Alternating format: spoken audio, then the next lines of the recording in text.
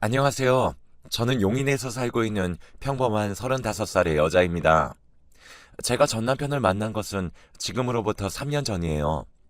친구의 소개로 남편을 알게 되었죠. 저희는 1년간의 연애를 하고 결혼을 했습니다. 그러나 2년의 결혼 생활 끝에 결국 이혼을 했어요. 이혼을 하게 된 사연은 다른 집처럼 평범하게 바람이라든지 성격 차이였다면 이렇게 화나지도 않았을 겁니다. 오늘은 제가 겪은 정말 황당한 결혼 생활에 대해서 이야기해 드릴게요. 저처럼 이상한 남자와 같이 살았던 여자도 정말 드물 거라 생각되네요. 처음 친구에게 남편을 소개받았을 때 남편은 180이 넘는 훤칠한 키에 잘생긴 얼굴이었기에 제가 무척이나 좋아했어요. 성격도 정말 좋은 사람이었죠. 주변에 언제나 사람이 끊이지 않았고 언제나 그 안에서 대화의 중심이 되는 사람이었습니다. 저는 그런 남편을 너무 좋아했고 1년간의 달달한 연애 끝에 제가 프로포즈를 해서 결혼을 하게 되었습니다.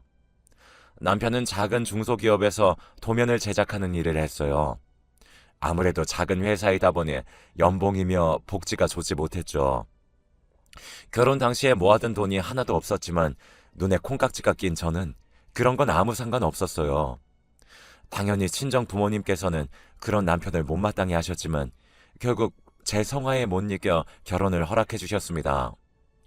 제가 결혼할 때 남편이 워낙 돈이 없으니 집이며 결혼 비용이며 모두 저희 부모님께서 해주셨어요. 제가 다니는 회사가 용인에 있고 남편 회사도 동탄 쪽에 있었기에 용인에 30평대 집도 하나 사주셨어요.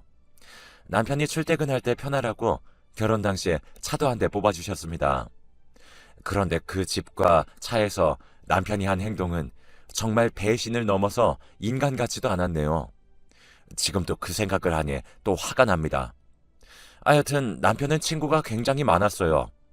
중학교 동창, 고등학교 동창, 대학교 동창회, 취미 모임에서 만난 친구들, 그리고 직장 생활 전에 알바하면서 만난 친구들까지 제가 볼 때 100명도 넘는 것 같았습니다. 그중 여자들도 꽤나 많았죠. 이런 제가 처음 결혼을 결심했을 때 주변에 먼저 결혼한 친한 언니들은 제게 걱정 어린 충고들을 많이 해주셨어요. 친구가 많으면 결혼 생활 중 남편이 친구들에게 시간을 할애하는 게 많아지고 가정에 결국 소홀해진다고 했죠. 하지만 그때는 그런 언니들의 말이 귀에 들어오지 않았습니다. 저는 언니들에게 언니, 잘생기면 얼굴값 하는 거고 못생기면 꼴값 하는 거야. 기왕이면 잘생기고 친구 많은 성격 좋은 사람이랑 결혼하는 게 좋지. 라고 했습니다. 그렇게 저는 주변 사람들의 반대 의견에도 불구하고 결혼을 밀어붙였죠. 결혼할 때는 정말 행복했습니다. 무언가 제가 남편과의 연락하던 여자들을 모두 이긴 승리자가 된 기분이었죠. 그렇게 저도 처음에 행복한 결혼 생활을 하였습니다. 하지만 역시 먼저 결혼을 한 사람들의 조언이 맞았어요. 남편은 평일에도 일이 조금만 일찍 끝나면 친구들을 만나 술을 마시고 밤늦게 들어왔고 주말에는 어찌나 그리 모임이 많은지 집에 있는 모습을 보지 못했어요. 인간관계가 좋은 남자가 남편으로는 마냥 좋은 게 아니라는 걸 몸으로 체험하며 깨달았죠. 그렇게 결혼하고 반년쯤 지났을 때였어요. 어느 날 남편이 회사를 그만두고 왔다고 했어요. 평소 회사 생활을 너무 힘들어했고 주는 돈에 비해 퇴근도 너무 늦게 하는 남편이었지만 저와 한마디 상의도 없이 일을 그만둔 남편에게 한 소리를 했죠. 하지만 남편은 제 말은 한 귀로 듣고 한 귀로 흘려버리고 저에게 작은 사업을 해보고 싶다고 했어요. 캠핑 장비를 중고로 사들여서 다시 중고로 팔고 대여도 해주는 사업을 하고 싶다고 했죠. 남편의 친구가 다른 지역에서 비슷한 사업을 하는데 돈을 많이 벌어 집도 사고 건물도 샀다고 하더라고요. 저는 그 당시 남편이 하는 말은 모두 믿어주었고 실제로 괜찮아 보이는 사업이었기에 한번 해보자고 했습니다. 사업에 필요한 자금은 현재 제가 가지고 있는 아파트에서 담보대출을 받아 융통하기로 했어요. 그날 이후 남편은 좋은 가게 자리를 찾으며 시장 조사를 하기 위해 매일 아침 집을 나가고 밤늦게 돌아왔습니다. 한두 달 정도를 그렇게 전국을 돌아다니면서 시장 조사를 하더라고요. 몇 번은 지방 쪽 상권 조사를 위해 2박 3일로 자고 올라온 적도 있었습니다. 저는 그렇게 열심히 하는 남편이 보기 좋았고 그저 남편이 처음 하는 사업이 잘 되기를 간절히 바라면서 회사 생활을 열심히 했어요. 그러던 어느 날 회사 일을 마치고 집에 들어갔는데 모르는 여자가 거실에 남편과 앉아 있었습니다. 남편은 제가 들어오자마자 어리둥절을 하는 저를 안방으로 불러 상황 설명을 해주었어요. 자기야, 많이 놀랐지? 자기야, 내 제일 친한 친구 중에 중학교 동창 고희석 알지? 지금 거실에 있는 제가 희석이 동생 희진이야. 희석 씨 알지? 근데 희석 씨 동생이 왜 우리 집에 있어? 아, 그게 희진이가 이번에 이혼한다고 집을 나와버렸는데 갈 곳이 없다고 해서 희석이가 하도 부탁해서 잠시만 우리 집에서 잠만 재워주기로 했어. 아니, 그럼 희석 씨 집에서 자면 되잖아. 아니, 그게 희석이도 지금 와이프랑 엄청 사이가 안 좋아서 각방 쓰고 있는 상황이래. 그래서 자기 집에 여동생을 부르기가 좀 그렇다네. 내가 대학교 때 희석이한테 엄청 신세지고 얻어먹었잖아. 이번에 빚진 것 좀 갚는다고 생각하고 자기가 조금만 이해해주라. 어? 미안해. 저는 그렇다고 해도 저희 신혼집에 찾아온 희진 씨가 이해가 되지 않았습니다. 하지만 남편의 간곡한 부탁에 알겠다고 하며 마지못해 승낙하고 며칠만 참기로 했어요. 그렇게 희진 씨와 이상한 동거를 같이 하였죠.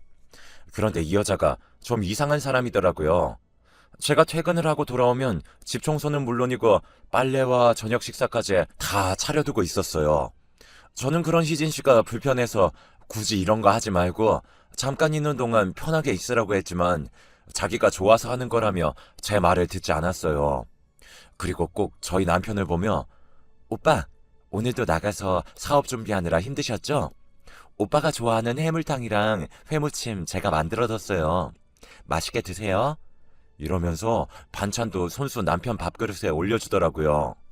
처음에는 집 청소며 저녁까지 차려주는 걸 보고 고마운 마음이 들었지만 남편에게 다정히 하는 행동을 보면 마음이 굉장히 불쾌했습니다.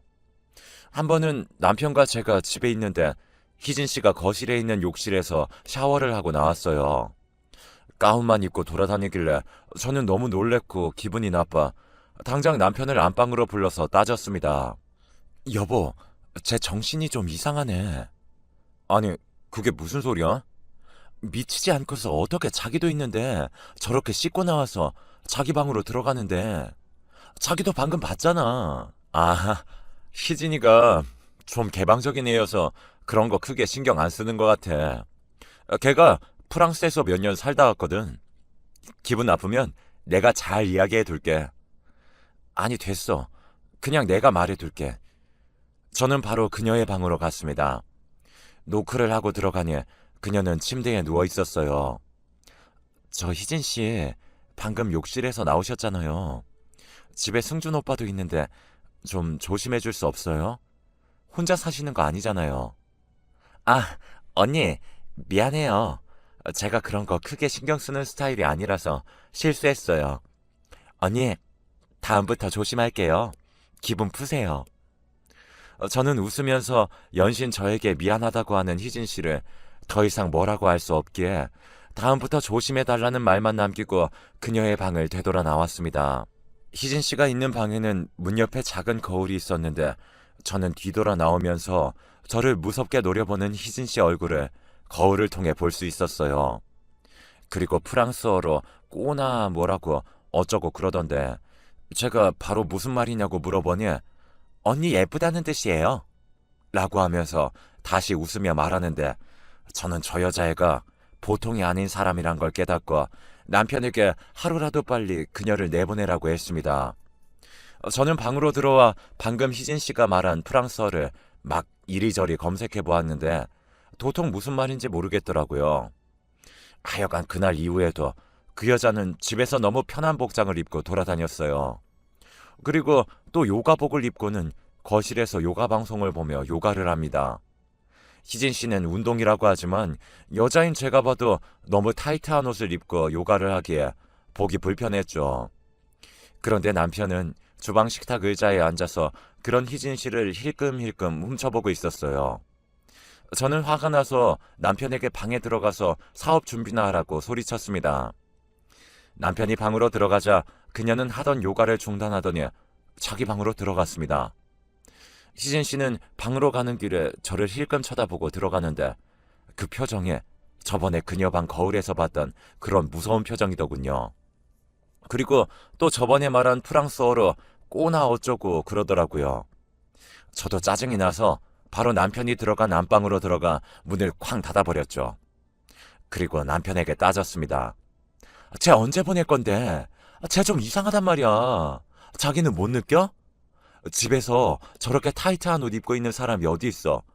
자기 꼬시려고 저렇게 흘리고 다니는 거잖아. 그냥 신경 쓰지 마. 쟤가 원래 좀 희한해. 그리고 희진이가 날 꼬신다고 내가 넘어가겠니? 우리 지원이가 있는데 멍멍이 헛소리 하지 말고 분명히 나 말했다. 이번 주 안으로 쟤 내보내. 쟤가 자기 없을 때 나 얼마나 무섭게 노려보는 줄 알아? 솔직히 나 쟤 무서워. 정신이 좀 이상한 애 같다니까. 자꾸 나만 보면 프랑스어로 꼬나 어쩌고 중얼거린단 말이야. 그러니까 이번 주다. 이번 주 안에 꼭 내보내. 저는 그렇게 남편에게 화를 내며 그 여자를 내보내려고 통보를 했어요. 그리고 그 일이 있고 며칠이 지나지 않아 정말 신기하게 제가 복권 2등이 당첨되었어요. 저는 평소 취미 삼아 매주 1,000원씩 복권을 사두곤 해요. 월요일에 사두면 토요일 추첨 때까지 만약 내가 복권이 된다면 무엇을 할지 행복한 상상을 하면서 지냈거든요. 세상에, 그런데 1,000원짜리 한 장 산 복권이 당첨이 되었더라고요. 저는 바로 남편에게 달려가 이 사실을 알려줬어요. 남편은 소리를 지르며 뛸 듯이 기뻐했죠. 저는 그런 남편에게 옆방의 희진 씨가 듣는다며 입단속을 시켰고 2등이라 큰 금액은 아니었지만 7천만 원쯤 되는 돈이었기에 앞으로 이 돈으로 남편 사업을 해보자며 기뻐했어요. 남편도 이제는 돈 걱정하지 않으며 사업을 할 수 있겠다고 뛸 듯이 기뻐했었죠. 그리곤 저에게 당첨된 복권은 자신이 보관하겠다며 저에게 복권을 달라고 했습니다. 저는 그때 복권을 가지고 있지 않아 돈을 찾으면 그때 같이 어떻게 사용할지 생각해보자고만 했어요. 하지만 남편은 계속 어디에 복권을 뒀는지 지금 당장 찾아와서 자기에게 달라고만 했죠. 그런 모습이 조금 이상해 보였지만 그저 복권을 잃어버릴까봐 걱정하는 것으로만 생각했습니다. 저는 그런 남편에게 며칠 뒤 회사에 월차를 내서 당첨금을 수령하러 갈 테니 그때 같이 가자고만 했어요. 사실 그 복권은 인터넷으로 구매한 거라 흔히들 떠올리는 종이 영수증이 없기도 했거든요. 남편은 계속 저를 졸라댔지만 저는 희진 씨가 들을 수도 있으니 이제 그만 말하라고 하고 씻으러 갔습니다. 그리고 그 다음 날이 되어서였어요. 저는 그날도 힘든 몸을 이끌고 퇴근 후 집에 들어갔는데 집에서는 남편과 희진 씨가 술상을 펴고 술을 마시고 있더라고요. 그 둘은 저를 보자마자 저도 어서 술자리에 참여하라고 했죠. 저는 내키지 않은 자리였지만 남편이 저를 잡아 끌었기에 어쩔 수 없이 술자리에 앉았습니다. 희진 씨는 저에게 언니, 오해하게 해서 미안해요. 제가 진짜 오래 프랑스에서 살다가 들어와서 조금 개방적이에요. 저는 아무런 뜻 없이 평소처럼 한 행동들인데 한국에서는 오해를 살 만한 행동이었네요. 미안해요, 언니. 그리고 저 언니 째려본 거 아니에요. 그냥 무표정일 때는 무서운 얼굴이라는 소리 많이 듣기도 해요. 그러니까 화 푸세요. 그리고 저 이번 주 안으로 짐 싸서 나갈게요. 아니에요, 희진 씨. 저도 희진 씨가 정신이 이상한 사람이라고 막말해서 미안해요. 이제 서로 오해 없이 지냈으면 좋겠어요. 말 편하게 하세요. 언니, 제가 한참 어린 동생이잖아요. 그렇게 저희는 밤이 깊어가도록 이야기를 하며 술을 마셨습니다. 남편은 술을 너무 많이 마셔 피곤하다며 먼저 일어나서 안방으로 들어갔고 저도 이제 그만 마시라고 하며 자리를 일어났어요. 그런데 그런 저를 희진 씨가 붙잡았고 조금만 더 같이 마셔달라고 했습니다. 저는 알겠다고 하고 다시 자리에 앉았어요. 그리고 다시 술을 마시는데 희진 씨는 생글거리면서 저에게 말했습니다. 언니, 운동 안 하세요? 운동? 나 회사 일하고 퇴근하면 너무 피곤해서 운동은 잘 못해. 아, 어쩐지. 언니, 그렇게 엉덩이가 퍼져서 축 처져 있으면 남자들이 안 좋아해요. 그래? 근데 난 이미 승준 씨랑 결혼했으니까 뭐. 언니, 승준 오빠 말하는 거예요. 언니가 관리를 해야 오빠를 다른 사람한테 안 뺏기죠. 설마 한번 결혼했으면 영원하다고 생각하는 건 아니죠? 영원하진 않아도 결혼 생활 중이면 당연히 최선을 다해서 상대에게 충실해야지. 언니 정말 순진하구나. 언니, 언니가 먼저 승준 오빠한테 프로포즈 했다면서요. 어, 누구한테 들었어? 어쩐지. 언니 생긴 게 승준 오빠 스타일이 전혀 아니었거든요. 승준 오빠는 저처럼 섹시하고 세련된 스타일을 좋아하는데, 언니는. 저는 그 말에 기분이 상해서 계속 술을 더 마셨습니다. 그러다가 어느 순간 필름이 끊어져서 정신을 잃었죠. 얼마나 시간이 지났는지 저는 목이 너무 말라 잠에서 깨어났어요. 시간은 한밤중인지 집안은 조용하고 캄캄했죠. 저를 누가 옮겨놨는지 안방 침대에 누워 있었는데 남편은 어디 갔는지 옆에 없었어요. 저는 목이 너무 말라 물을 마시기 위해 주방으로 갔습니다. 그런데 남편은 거실에도 없었어요. 시간을 보니 그때가 새벽 3시쯤이었습니다. 저는 남편이 늦은 시간에 어디를 갔는지 궁금했고 남편에게 전화를 했지만 받지 않더라고요. 그런데 안방 화장실에서 전화기 진동 소리가 미세하게 났습니다. 그곳으로 가보니 남편은 없었고 남편 전화기만 수건위에 놓여 있었어요. 남편은 평소 핸드폰 도난을 핑계로 핸드폰을 철저하게 잠가두는데 그날따라 남편 전화기는 잠금이 풀려 있었죠. 저는 남편이 친구 전화를 받고 급하게 나간 거라 생각했습니다. 이전에도 꽤 자주 새벽에 친구 전화를 받고 나간 적이 있었거든요. 하지만 살펴본 남편의 전화기 속에는 놀랍고도 충격적인 내용들이 있었습니다. 남편은 지금 저희 집에서 동거하고 있는 희진 씨와 바람을 피고 있었던 것이었어요. 심지어 제가 전화기를 확인하던 그 시간에도 희진 씨, 아니 그 상간녀 방에 들어가서 불륜을 저지르고 있었던 것이었습니다. 둘이 대화를 한 카톡 내용을 보니 상간녀는 저에게 일부러 술을 잔뜩 먹여 잠들게 하고 그 사이 남편을 불러내서 저희 집에서 불륜을 저질렀던 것이었죠. 정말 너무 화가 치솟으니 손까지 떨려오더라고요. 둘이 아주 별 더러운 짓을 다 하고 다녔던 걸 남편 폰을 통해 제 눈으로 확인했어요. 남편이 그동안 사업 준비를 한다고 전국을 돌아다녔던 건 이 상간녀와 전국 여행을 다녔던 것이었습니다. 저는 그것도 모르고 혼자 회사 생활을 하며 남편을 응원하고 있었어요. 남편은 제가 벌어온 돈으로 이 상간녀와 놀러 다녔던 것이었죠. 핸드폰의 사진첩에는 수많은 사진과 영상이 한가득이었어요. 저는 조용히 그 둘이 있을 상간녀 방으로 갔습니다. 방 안에서는 아주 희미하게 불빛이 새어나오고 있었어요. 문 손잡이를 돌려보니 역시나 문은 잠겨 있었습니다. 저는 미리 준비해둔 방문 열쇠로 방을 열고 들어가서 바로 사진을 찍어댔어요. 지원아, 네가 상상하는 그런 거 아니야. 내가 다 설명할게. 내가 술이 너무 취해서 방을 잘못 들어온 거야. 진짜 오해하지 마. 아, 오빠, 뭐하러 구질구질하게 그렇게 설명해? 어차피 걸릴 것도 다 각오하고 들어온 건데.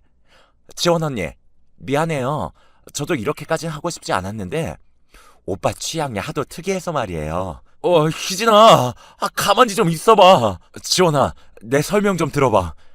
저는 제 앞에 있는 인간들이 벌레처럼 보였고 그런 것들이 꼴 보기 싫어 방 옆에 신발장에서 우산을 꺼내 닥치는 대로 소리 지르며 휘둘렀습니다. 그리고 손에 잡히는 건 다 그 인간들한테 집어던지면서 나가라고 했죠. 제가 앙칼지게 장우산을 휘두르니 남편과 상간녀는 소리를 지르며 문 밖으로 나가버렸습니다. 저는 그대로 문을 걸어 잠가버렸죠. 밖에서 남편은 자기에게 설명할 기회를 달라고 계속 소리를 쳤지만 저는 귀를 틀어막고 문을 열어주지 않았습니다. 한동안 계속 문을 발로 차며 행패를 부리는 남편에게 저는 잠깐 문을 열어 찬물 한 바가지를 퍼붓고는 다시 문을 닫아버렸습니다. 그날은 정말 추운 겨울이었거든요. 나가서 둘이 얼어 죽어버려! 그렇게 문 밖에서 한참을 소리 지르던 남편과 상간녀는 옆집, 아랫집 등에서 소란스러운 소리에 나오자 창피했는지 사라져버렸습니다. 저는 남편을 좋아했던 지난날을 생각하며 거실 바닥에 주저앉아 한참을 울었어요. 그리고 남편이 미처 들고 나가지 못한 남편 폰에서 외도의 증거들을 모두 제 노트북에 옮겨두었습니다. 남편 전화기 속의 동영상과 상간녀와의 카톡 내용을 모두 읽어보니 이 인간들의 행태는 정말 가관이었습니다.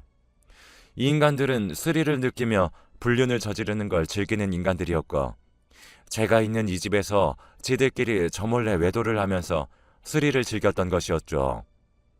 화가 날 대로 난 저는 새벽 시간이었지만 당장 남편의 중학교 동창이자 저의 상간녀의 오빠인 희석 씨에게 전화를 걸었어요.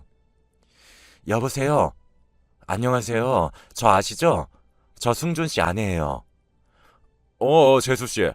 무슨 일 있으세요? 이 늦은 시간에. 저 할 말이 있어요. 승준 씨가 저 몰래 바람을 폈거든요. 그리고 저희 집에서 그 상간녀랑 놀다가 지금 저한테 걸려서 쫓겨났어요.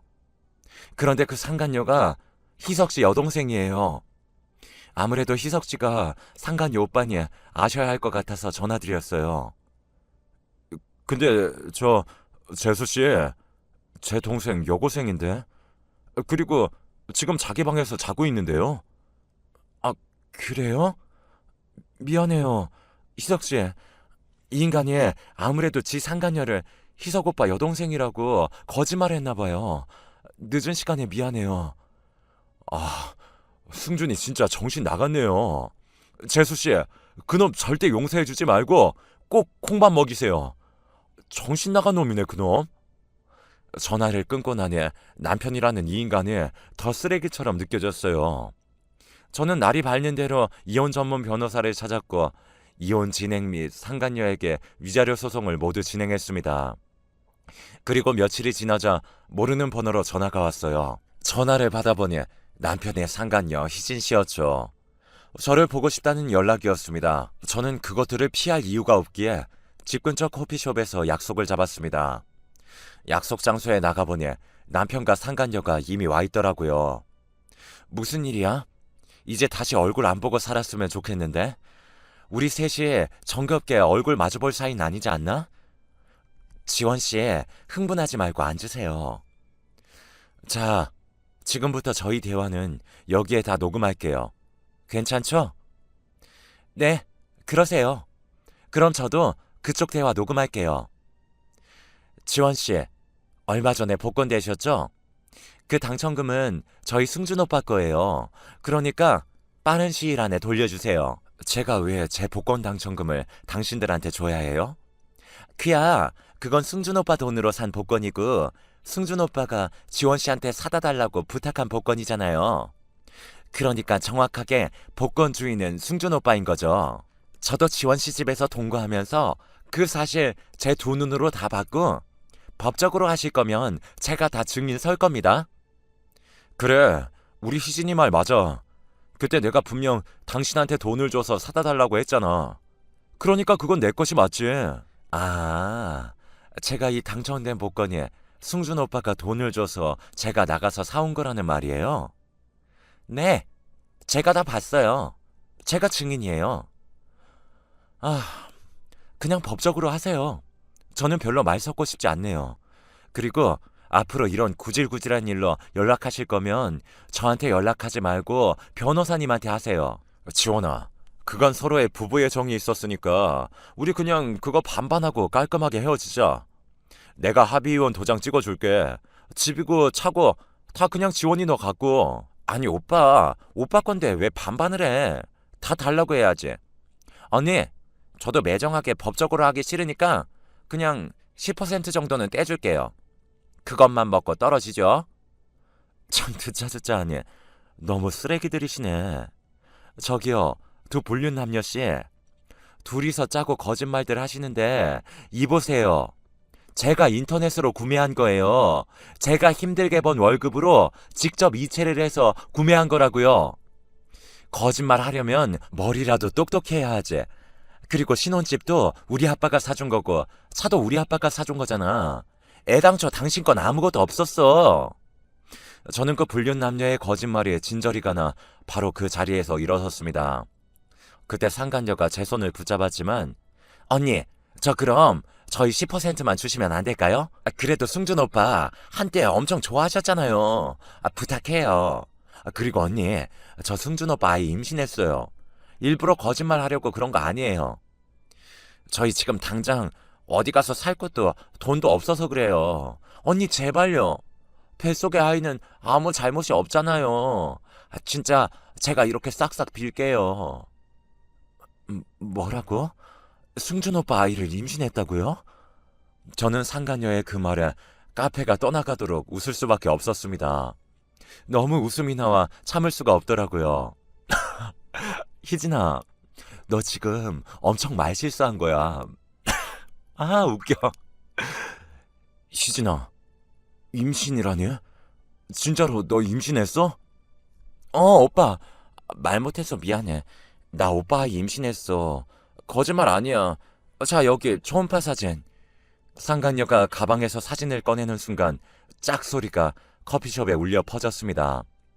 남편 놈이 상간녀 뺨을 후려치는 소리였죠. 얼마나 세게 때렸는지 상간녀의 얼굴에는 허옇게 남편의 손자국이 나 있을 정도였어요. 자신이 왜 맞았는지 영문도 모르는 상간녀는 토끼 눈이 되어 남편을 쳐다보았고, 남편은 그런 그녀에게 욕설을 퍼붓고 커피를 얼굴에 끼얹었어요. 너 그때 그놈이냐? 그놈이냐고! 다 정리했다면서! 한 번만 용서해달라고 나한테 빌었잖아. 근데 아직도 정리를 못했어? 너 같은 년을 만나 지원이 버린 내가 병신이지. 너 다시 한번 길에서라도 내 눈에 띄면 그땐 정말 이 세상 사람 아니다. 저 말을 하곤 남편은 커피숍을 나가버렸어요. 저는 너무 놀라 입만 벌리고 있는 상간녀에게 한마디 했죠. 희진아, 너무 놀랐지? 그런데 승준 씨 없는 수박인 건 몰랐었나 봐. 나는 승준 오빠가 무정자증인 거 다 알고도 결혼했던 건데, 사랑은 계속 변하는 거라면서 승준 오빠도 지금 변해서 가버렸네. 이를 어째. 희진아, 뭐 어쩔 수 없지. 아이 친아빠한테 가서 한번 매달려봐. 근데 그 남자도 이미 희진이 너에 대한 사랑에 변해버렸으면 어쩌지? 뭐 하여간 힘내. 참, 희진아, 꼬나. 저는 그동안 그 상간녀가 저에게 했던 프랑스 말을 돌려주었습니다. 나중에 알아봤더니 멍청한 여자라는 뜻이더라고요. 저는 그렇게 상간녀를 두고 카페를 나와버렸습니다. 그리고 2년 정도의 소송 끝에 남편과 이혼을 했고, 상간녀에게도 위자료를 받아내었죠. 살다 보니 정말 저런 변태 같은 인간을 남편으로 만나게 될 줄은 꿈에도 몰랐습니다. 나중에 안 사실이었지만 상간녀랑 남편이 만난 것도 이상한 사람들이 모이는 사이트에서 만난 거였더라고요. 정말 더러워서. 그 덕분에 이제는 사람을 볼 때면 외모가 중요한 것이 아니라 그 사람의 내면과 그 사람을 표현하는 행동이 중요하다는 것을 배웠습니다. 겉이 번듯해도 속이 썩어 있다면 그 사람의 행동은 누구보다 추할 수 있는 거겠죠.